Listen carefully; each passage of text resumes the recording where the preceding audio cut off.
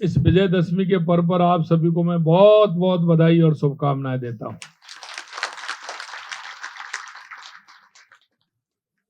क्योंकि इस दिन प्रभु श्री राम ने अधर्मी रावण का वध कर धर्म की स्थापना की थी और सहकारिता के अंदर ऐसे बहुत से रावण हैं जिनको आपको खत्म भी करना है। और ये मैं वास्तविकता में कह रहा हूं। आज राष्ट्रपिता महात्मा गांधी जी और पूर्व प्रधानमंत्री लाल बहादुर शास्त्री की जयंती भी है। मैं दोनों महापुरुषों को नमन करता हूं। महात्मा गांधी जी ने संपूर्ण विश्व को शांति और मार्ग दिखाया और शांति के मार्ग दिखाते हुए लोगों को अहिंसा के मार्ग पर चलने के लिए उन्होंने प्रेरित किया। शास्त्री जी ने लोगों को सादगी, ईमानदारी और सत्यनिष्ठा का पाठ पढ़ाया और उन्होंने जय जवान जय किसान का नारा भी उन्होंने दिया। ऐसे शुभ दिन पर सहकार सदस्यता अभियान की शुरुआत होना बहुत अत्यंत गौरवशाली है। आज देश सहकार से समृद्धि की जो नई कहानी लिख रहा है, उसका श्रेय देश के यशस्वी प्रधानमंत्री नरेंद्र मोदी जी और केंद्रीय सहकारिता मंत्री श्री अमित शाह जी को जाता है। माननीय प्रधानमंत्री मोदी जी ने जुलाई 2021 में सहकारिता मंत्रालय बनाया। उनके मार्गदर्शन में प्रदेश में हमारी सरकार भी सहकारिता की शक्ति से प्रदेश की प्रगति को नया आयाम प्रदान कर रही है। सहकारिता के माध्यम से राजस्थान का गांव-गांव और जन जन सशक्त हो रहा है। भाइयों बहनों, सहकारिता से समृद्धि का जो संकल्प है वो अपने आप में निराला है। सहकारिता गरीब और मध्यम वर्ग के लोगों को आर्थिक सुरक्षा प्रदान करता है। सहकारिता में व्यक्ति सामाजिक और सांस्कृतिक उद्देश्यों की पूर्ति के लिए मिलकर काम करता है। सहकारी संस्थाएं लोकतांत्रिक सिद्धांतों पर आधारित होती हैं, जहां प्रत्येक सदस्य को के समान अधिकार और जिम्मेदारियां मिलती हैं। इसके लिए हम अधिक से अधिक लोगों को सहकारिता से जोड़ने के लिए सहकार सदस्यता अभियान चला रहे हैं। यह अभियान हमारा 2 अक्टूबर से 15 अक्टूबर 2025 तक चलने वाला है। यह अभियान राज्य के सभी जिलों में एक साथ संचालित होगा। और मैं आपको एक और बताना चाहता हूं कि आपने देखा है पड़ोसी राज्य हमारा गुजरात है, महाराष्ट्र है, वहां सहकारिता के क्षेत्र में बहुत बड़े काम हुए हैं। और मैं हमेशा मैं कहता हूं सहकारिता से रोजगार भी मिलता है, सहकारिता से हमारे परिवार की आर्थिक स्थिति मजबूत भी होती है। आपने देखा होगा कि अन्न पैदा करने वाला कौन होता है? अन्न कौन पैदा करता है? किसान पैदा करता है। दलहन कौन पैदा करता है? तिलहन कौन पैदा करता है? दूध कौन पैदा करता है? मसाले कौन पैदा करता है? कपास कौन पैदा करता है? मैं आपसे यही कहना चाहता हूं मेरे बहनों कि जो फायदा किसान को मिलना चाहिए था सहकारिता के माध्यम से, वो फायदा हमें नहीं मिला। आज हम देखते हैं हमारी माता बहनें गांव में कितनी बड़ी संख्या में रहती हैं। क्या वो किसी रोजगार से जुड़ी हुई हैं? इसीलिए मैं आपसे कहूंगा कि यह सहकारिता से समृद्धि नारा नहीं है, यह उन किसानों के लिए कि खेती आज किसान की अगर अकेली खेती है तो उससे किसान का परिवार नहीं चल पाता है। किसान के लिए साइड में कुछ ना कुछ दूसरा काम अगर होगा तो हमारे किसान की समृद्धि होगी। हमारा पशुपालन किसान की अर्थव्यवस्था को सुधारने का काम करता है। इसी तरह से सहकारिता हमारे किसान की समृद्धि का एक रास्ता है। अगर हमारा किसान उस सहकारिता की समृद्धि के रास्ता को अपनाएगा तो हमारा किसान खुशहाल हो। कांग्रेस का जो सहकारिता के ऊपर फोकस रहा है, क्योंकि लंबे समय कांग्रेस का राज रहा है और कांग्रेस का राज रहा है, उन्होंने सहकारिता क्षेत्र को भ्रष्टाचार का अड्डा बना दिया। और मैं आपसे इसलिए कहना चाहता हूं, इस भ्रष्टाचार के अड्डे को आज दशहरा है, इसको आज खत्म करना है कि कोई भी भ्रष्टाचारी आदमी उसको किसी भी तरह से सहकारिता के अंदर नहीं होना चाहिए। क्योंकि सहकारिता में जितना होता है, और ये सदस्यता अभियान हमने खोला है, क्यों खोला है? वो सदस्य ही नहीं बनाने देना चाहते, और जब वो भ्रष्टाचार करते हैं तो उसका सेक्रेटरी उससे 4 कदम आगे चला जाता है। मैं मेरे भाई और बहनों में कहना चाहता हूं, आप सभी से, राजस्थान के सभी किसान भाइयों से कहना चाहता हूं, लगातार देश के यशस्वी प्रधानमंत्री नरेंद्र मोदी जी के नेतृत्व में हम किसान के लिए लगातार हम काम कर रहे हैं। किसान के लिए सबसे ज्यादा बजट देश के यशस्वी प्रधानमंत्री नरेंद्र मोदी जी ने दिया है। हम हर माध्यम से किसान को, क्योंकि अगर देश की आर्थिक व्यवस्था में किसान की आर्थिक व्यवस्था सुधरती है तो निश्चित रूप से हमारे देश की आर्थिक व्यवस्था सुधरती है, प्रदेश की आर्थिक व्यवस्था सुधरती है। हमने इसलिए कहा, अभी हमारे गौपालन मंत्री कह रहे थे कि हमने 1 लाख रुपए गौपालक क्रेडिट कार्ड हमने दिया है। ऐसे ही नहीं दिया भैया, हमने इसलिए दिया है कि किसान क्रेडिट कार्ड जब बनवाता है तो उसमें उसका 4% 3% जो ब्याज जाता है, ये हमने निःशुल्क दिया है। और निःशुल्क इसलिए दिया है कि हमारा किसान गाय भैंस खरीदे, डेयरी से जुड़े हमारी माता बहनें, और डेयरी से जुड़ करके हमारे किसान की समृद्धि कैसे हो सकती है। और उसमें भी 5 रुपए लीटर सरकार अनुदान उसमें भी दूध में भी दे रही है, 5 रुपए सरकार देती है उसमें।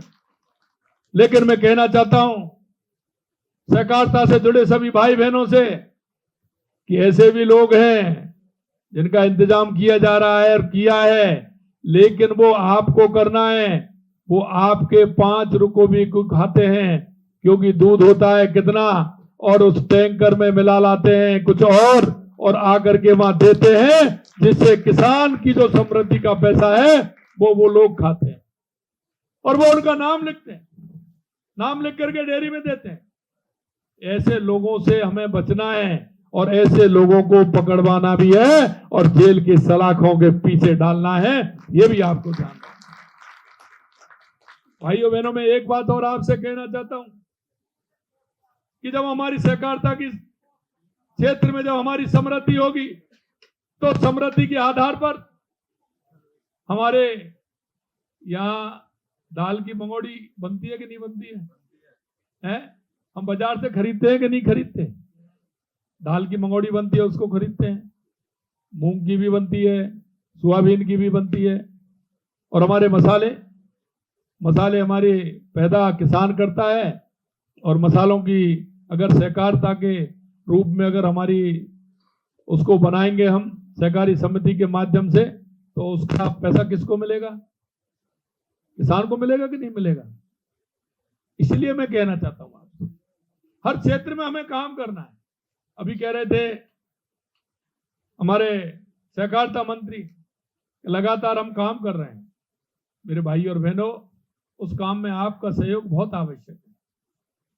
हम गोदाम भी बना रहे हैं, और गोदाम इसलिए बना रहे हैं, आपके यहां जीरा पैदा होता है, कहीं धनिया पैदा होता है, कहीं सौंफ पैदा होती है, क्या हम उसके गोदाम बना करके उसको ठीक प्रकार से बना करके हमारी माता बहनें उसको, हमारी माता बहनों से अच्छा कोई मसाला बना सकता है क्या? बताइए, आप बना सकता है क्या?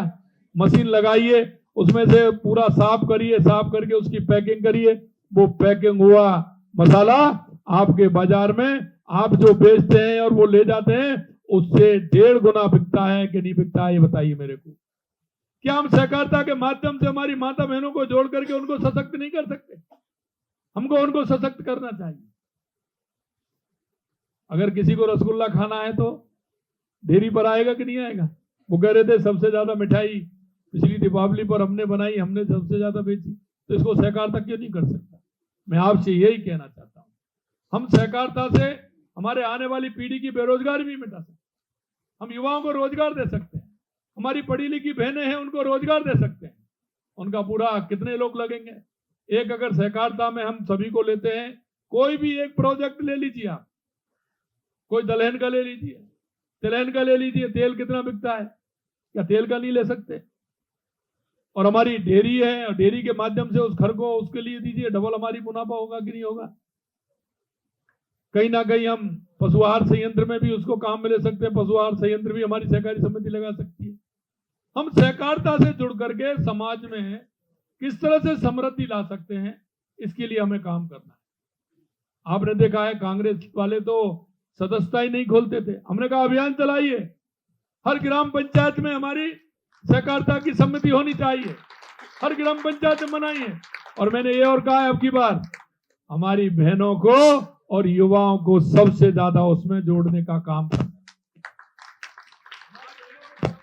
करना है, क्योंकि हम जानते हैं हमारी माता बहनें कोई भी काम करती हैं वो मन से करती हैं और उनकी मन में खोट भी नहीं होता है, उनके साफ दिल की होती हैं, इसलिए अच्छा काम करती हैं। तो माता बहनों को जोड़ करके हमारी सहकारिता को और समृद्धि की ओर हमें ले जाना है, ये भी मैं आपसे कहना चाहता हूं। लगातार हमारी सरकार काम कर रही है और हमारी सरकार काम कर रही है। इस महाअभियान के तहत लगभग 8,300 पैक्स स्तर पर शिविर आयोजित किए जा रहे हैं। सहकारी संस्थाओं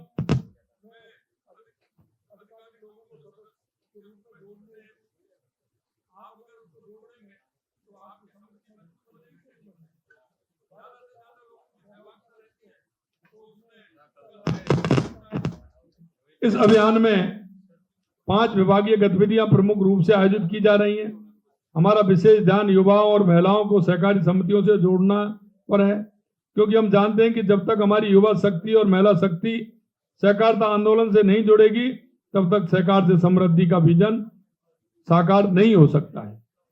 हमने सहकारी समितियों की संख्या 10% वृद्धि करने का लक्ष्य रखा है। हमने 2158 ऐसी ग्राम सेवा सहकारी ग्राम पंचायत हैं जो अब तक पैक्स विहीन है, उनमें भी नवीन पैक्स का गठन का लक्ष्य हमने रखा है। जिन ग्राम सेवा सहकारी समितियों के पास गोदाम बनाने के लिए भूमि नहीं है, उन्हें भूमि आवंटन का कार्य भी आगे किया जाएगा और उनको भूमि एक्वायर करके उसको भी ली जाएगी, क्योंकि किसान का सामान खराब नहीं हो, उसकी फसल ठीक प्रकार से। कईयों के परिवार में देखा होगा आपने, घर में इतना स्थान नहीं होता है कि वो फसल को रख पाए, इसलिए वो फसल को सही मूल्य पर बेचे, इसलिए हम गोदाम उनको बनवा रहे हैं।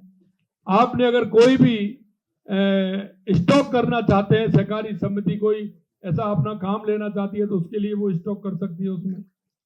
भाइयों बहनों, मैं इतना कहूंगा आपसे, आज भारत विकास की जिन ऊंचाइयों को छू रहा है उनके पीछे देश के यशस्वी प्रधानमंत्री नरेंद्र मोदी जी की दूरदर्शी, उनकी गरीब कल्याण की नीतियां हैं। अभी आप कहेंगे, हमने देखा कि हमारा किसान का अगर पशु बीमार हो जाता है और उसका 5 किलोमीटर 8 किलोमीटर 10 किलोमीटर अगर हॉस्पिटल है तो वह किसी ना किसी पैदल तो ले नहीं जाएगा, बीमार पशु को किसी वाहन में लेकर के जाएगा। वाहन में लेकर के जाएगा तो वो 1,000-2,000 रुपए लेगा कि नहीं लेगा? बताइए, लेगा कि नहीं लेगा? तो इसलिए हमने मोबाइल यूनिट बनाई है जिससे आप फोन करिए, वो इलाज के लिए आपके गांव में आपके घर पर ही आ जाए। अगर आवश्यकता उसको पड़े तो वो गाड़ी सरकारी आए और वो पशु को लेकर के जाए। आ रही है कि नहीं आ रही है? तो ये फायदा होगा कि नहीं होगा? तो इसलिए मैं कहना चाहता हूं, छोटी छोटी बातों का भी हम ध्यान रखते हैं। और मेरी माता बहनें बैठी हैं, मैं तो एक बात और कहना चाहता हूं, क्योंकि मुझे पता है गरीबी बहुत बुरी होती है और मैं हमेशा कहता हूं मुर्गी के लिए तकुआ का घाव बहुत बड़ा होता है। मेरी माता बहनें जो देखती हैं, घर परिवार चलाती हैं, उनको पता रहता है।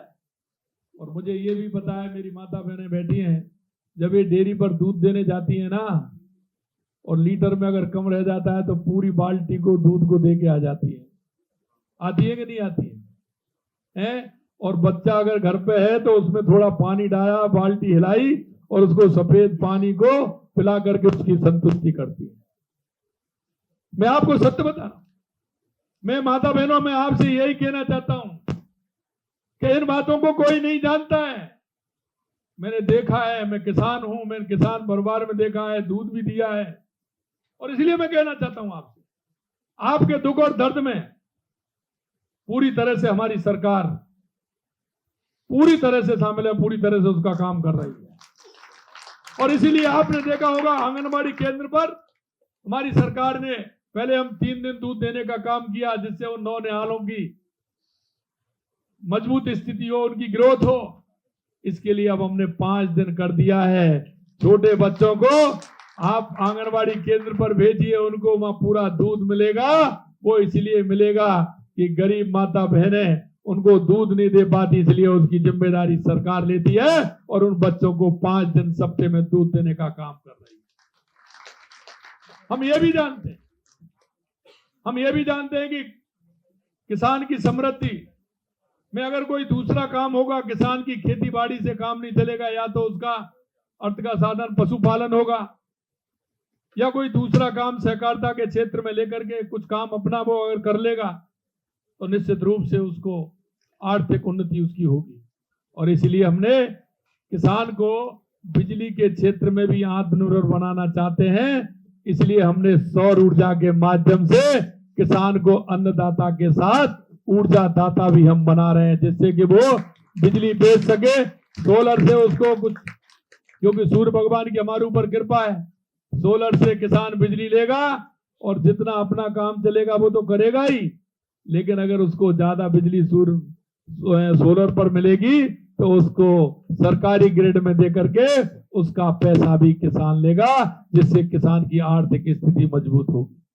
हम हर क्षेत्र में काम करना चाहते हैं और यही हमने शुभारंभ इसलिए किया है कि आप सब सहकारिता से जुड़ेंगे तो नए नए आयाम भी होंगे। मैं देखता हूं कई जगह हमारी माता बहनें पापड़ बनाती हैं, कई जगह मसाले बनाती हैं, कई जगह मंगोड़ी बनाती हैं, और कई जगह मैं देखता हूं अचार बनाती हैं। मैं माता बहनों इतना कहना चाहता हूं, सहकारिता से जुड़ करके ऐसे बहुत से काम हैं। हम आगे ये भी करने जा रहे हैं कि जो माता बहनें हमारी सहकारिता क्षेत्र में बनाएंगे उस सामान को सरकार खरीदेगी और सरकार उसमें करके उसको सभी को उसका उचित दाम देगी। हम हमारे किसान की समृद्धि के लिए, आम नागरिक के विकास के लिए, युवाओं को रोजगार देने के लिए, हमारी बहनों को रोजगार देने के लिए हम ये काम कर रहे हैं। आपने देखा है मोदी जी ने सहकारिता को केवल एक विभाग नहीं बल्कि देश के विकास का एक महत्वपूर्ण स्तंभ माना है। प्रधानमंत्री किसान सम्मान निधि योजना इसका सबसे बड़ा उदाहरण है, जिसमें लाभार्थी किसानों को 6,000 रुपए साल दिए हैं। राजस्थान में वर्तमान सरकार कार्यकाल में 76 लाख से अधिक किसानों को अब तक 7,054 करोड़ रुपए से की अधिक राशि हमने हस्तांतरित की है। और आपके पास ये आते हैं ना, कभी कोई आता है, कभी कोई आता है, कोई धर्म के नाम की बात करता है, कोई जाति के नाम की बात करता है। ये जो आते हैं किसी ना किसी किसानों को भड़का करके, युवाओं को भड़का करके बात करते हैं, कभी किसानों को भड़काने की बात करते हैं। मैं आपसे मेरे भाई और बहनों इतना कहना चाहता हूं, जिस दिन हमारी सरकार आई थी हमने देखा था कि राजस्थान में क्या आवश्यकता है, हमारे किसान का भला कैसे हो सकता है, आमदन का भला कैसे हो सकता है। तो सबसे पहली आवश्यकता का क्या थी राजस्थान के अंदर? आप बताइए, सबसे ज्यादा आवश्यकता किस बात की थी? पानी की थी। सबसे ज्यादा पानी की आवश्यकता थी ना। तो हम लगातार, हमारी सरकार राम जल सेतु योजना, ERCP, यमुना समझौता, हमारी इंदिरा गांधी गंग नहर, ब्राह्मणी से पानी लाना बीसलपुर के अंदर बनास में, और देवास स्कीम को जोड़ना, सोम कमलाम से जमाई बांध को जोड़ना, नर्मदा से हमारा बाड़मेर और जालौर को जोड़ना, ये पूरे राजस्थान के अंदर हमने पानी के लिए काम किया। यही नहीं, देश के यशस्वी प्रधानमंत्री नरेंद्र मोदी जी के नेतृत्व में कर्म भूमि से मातृभूमि में जोड़ने का काम किया है। जो हमारे वाटर रिचार्ज के काम हो रहे हैं, लगातार उसको भी काम कर रहे हैं कि पानी बह करके नहीं जाए, हमारा जमीन में पानी आए। इसलिए उसके लिए काम कर रहे हैं। लगातार बिजली के लिए काम कर रहे हैं, लगातार युवाओं को रोजगार देने का काम कर रहे हैं। आपने देखा 51,000 युवाओं को नियुक्ति पत्र हमने दे दिया। 1,54,000 नौकरियां पाइपलाइन के अंदर। हमने उनसे कहा 1 साल में, वो 5 साल में 4 लाख नौकरी सरकारी देंगे, 6 लाख प्राइवेट में देंगे, प्राइवेट सेक्टर में 6 लाख नौकरी देंगे। हम लगातार उसके लिए काम कर रहे हैं और इसलिए मैं चाहता हूं कि सहकारिता के क्षेत्र में ज्यादा से ज्यादा लोग जुड़ करके हमारा किसान समृद्ध हो, इसके लिए भी काम कर रहे हैं। किसान सम्मान निधि के तहत 6,000 रुपए प्रतिवर्ष अतिरिक्त हम 3,000 रुपए प्रतिवर्ष अलग से दे रहे हैं। हमने भी कहा कि हम 6,000 हमारे प्रधानमंत्री देते हैं, 6,000 रुपए हमारी सरकार देगी और लगातार हमको सर्वोत्तम तरीके से उसको भी हम बढ़ा रहे हैं। मैं आपसे यही कहना चाहता हूं, अनेक क्रांतिकारी कदम उठाए हैं। सहकारी संस्थाओं को आत्मनिर्भर व्यवसाय रूप से मजबूत करने की योजना है। आप सहकारिता से जुड़ करके 4 वर्षों में प्राथमिक कृषि ऋण समितियां, डेयरी, मत्स्य सहकारी बैंक, चीनी सहकारी मिल आदि के लिए हमने काम किया है और इनको सशक्त बनाने के लिए हम काम कर रहे हैं। पैक्स कंप्यूटर किया जा रहा है जिससे किसी प्रकार की गड़बड़ी नहीं हो। देश के प्रत्येक पंचायत और गांव में 2 लाख से अधिक बहुउद्देशीय पैक्स, डेयरी, मत्स्य सहकारी समितियां 5 वर्षों में गठित किए जाने का कार्य किया जा रहा है। सहकारी क्षेत्रों में लगातार भंडारण के लिए हम काम कर रहे हैं। मैं आपसे इतना ही कहना चाहता हूं मेरे भाई और बहनों, हमारी सरकार लगातार काम कर रही है और आप अगर इस सहकारिता से जुड़ करके सदस्य बनाएंगे तो एक हमारा सहकारिता का क्षेत्र मजबूत होगा, सभी लोगों की सहभागिता रहेगी। और नहीं तो बनाते ही नहीं थे, सदस्यता ही नहीं खोलते थे। सदस्यता खोलते थे, एक दिन के लिए खोलते थे, अपने लोगों की सूची बना लेते थे। हमने कहा थोड़े बनाइए, सबको बनाइए, बुलाइए और पूरा 15 दिन सदस्यता अभियान चलाइए और हर ग्राम पंचायत में सहकारी समिति बने, इसके लिए हम प्रयास कर रहे हैं। मित्रों, मैं अंत में इतना ही कहना चाहता हूं, हमने जो सहकारिता के क्षेत्र में लगभग 77 लाख से अधिक किसानों को 42,765 करोड़ रुपए का अल्पकालीन ब्याज मुक्त फसली ऋण वितरित किया है। सबसे ज्यादा हमने 2,48,000 नए कृषकों को 433 करोड़ रुपए फसली ऋण वितरित किए गए हैं। 30,000 से अधिक लाभार्थियों को 260 करोड़ रुपए के आजीविका ऋण दिए गए हैं। विश्व की सबसे बड़ी विकेंद्रीय अन्न भंडारण योजना के तहत गंगानगर में गमूड वाली पैक्स में गोदाम प्रसंस्करण यूनिट कस्टम हायरिंग शुरू कर दिया गया है। 412 कस्टम हायरिंग सेंटर स्थापित किए गए हैं। प्राथमिक विकास बैंक द्वारा लगभग 49,000 किसानों को 49 करोड़ रुपए अनुदान दिया गया है। और मैं आपको यही कहना चाहता हूं, लगातार हमारी सरकार, क्योंकि इससे सहकारिता से समृद्धि आएगी, युवाओं को रोजगार मिलेगा, माता बहनों को रोजगार मिलेगा, उसके लिए हम काम कर रहे हैं। हम केवल वादे नहीं करते, आपको काम करके दिखाते हैं और लगातार हमारी सरकार सहकारिता के क्षेत्र में काम कर रही है। लेकिन मैं यही कहना चाहता हूं, जिन लोगों ने सहकारिता के क्षेत्र को बर्बाद करने का काम किया है, उनका कोई रजिस्टर मेंटेन नहीं है, कहीं उनके खाते की स्थिति ठीक नहीं है, कहीं उसको आप आवश्यकता लगती है, कोई सिफारिश आ जाती थी तो उसमें से रजिस्टर में से पन्ना फाड़कर भी दूर कर देते थे। कांग्रेस ने सहकारिता की इन समितियों को भ्रष्टाचार का अड्डा बना के रखा था। मेरे भाई और बहनों, मैं यही कहना चाहता हूं आपसे, आप सहकारिता की से समृद्धि की ओर आइए, सब लोगों को जोड़िए और सब लोगों को जोड़ते हुए हमारे प्रदेश को मजबूत करने का काम करिए। माननीय प्रधानमंत्री मोदी जी के नेतृत्व में, सहकारिता मंत्री अमित शाह जी के मार्गदर्शन में, आप सभी के सहयोग से हम लक्ष्य को अवश्य प्राप्त करेंगे। मैं आप सभी से आग्रह करता हूं कि इस अभियान में बढ़ चढ़ हिस्सा लें, ज्यादा से ज्यादा लोगों को सहकारी समितियों के सदस्य बनाने के लिए प्रेरित करें और सहकारिता से जोड़ें। आइए हम सब मिलकर संकल्प लें, राजस्थान को सहकारिता के क्षेत्र में देश का नंबर 1 का राज्य बनाने में हम सभी पूरी ताकत के साथ काम करें और सहकारिता से समृद्धि को लेकर के आए। यही मैं आपसे कहना चाहता हूं। हमारे सहकारिता मंत्री और हमारे पशुपालन मंत्री दोनों बड़ी मेहनत के साथ लगे हुए हैं, हर क्षेत्र में लगातार, हर जिले में ये प्रवास भी कर रहे हैं। हर सहकारी समिति को किस तरह से और मजबूत होना चाहिए उस पर ध्यान दे रहे हैं। मैं आपसे इतना ही कहना चाहता हूं, आप सब लोगों के सहयोग के बिना सहकारिता से समृद्धि आना मुश्किल है। इसलिए आप सभी का सहयोग बहुत आवश्यक है। ज्यादा से ज्यादा सदस्य बनाएं और हमारे राजस्थान को विकसित राजस्थान बनाने में अपनी भूमिका अदा करें। कहना तो मैं और भी जाता था, क्योंकि आपने देखा है कि मैं कांग्रेस के लोगों से कहता हूं कि 5 साल बनाम 1.5 साल, तो उनके बड़ा दर्द होता है। लेकिन मेरे पास इस तरह के बहुत हैं, मैं हमेशा उनसे कहता हूं इसका जवाब दीजिए, लेकिन इसका जवाब नहीं देते। उन्होंने जो 5 साल में नहीं किया, हमारी सरकार ने जो 1.5 साल में करके दिखाया है। और हम इसीलिए कि देश के यशस्वी प्रधानमंत्री नरेंद्र मोदी जी के नेतृत्व में हमारा राजस्थान विकसित राजस्थान बने, उत्कृष्ट राजस्थान बने, और हम उत्कृष्ट राजस्थान के साथ हम हमारा राज्य देश में प्रथम नंबर का राज्य बने। इस आशा और विश्वास के साथ आप सभी इसमें आए। आज का ये अच्छा कार्यक्रम शुभारंभ हुआ, इसके लिए पुनः आप सभी को बधाई। मैं आपके माध्यम से राजस्थान के सभी 8 करोड़ प्रदेशवासियों को आज दशहरे की शुभकामनाएं देना चाहता हूं, और यही कहना चाहता हूं कि हमारे राजस्थान को मजबूत बनाने में, समृद्ध बनाने में, विकसित बनाने में हर व्यक्ति का योगदान रहे, हर एक जन का योगदान रहे। इस आशा और विश्वास के साथ आप सभी को बहुत बहुत धन्यवाद। जय हिंद, जय भारत, जय राजस्थान, जय सरकार।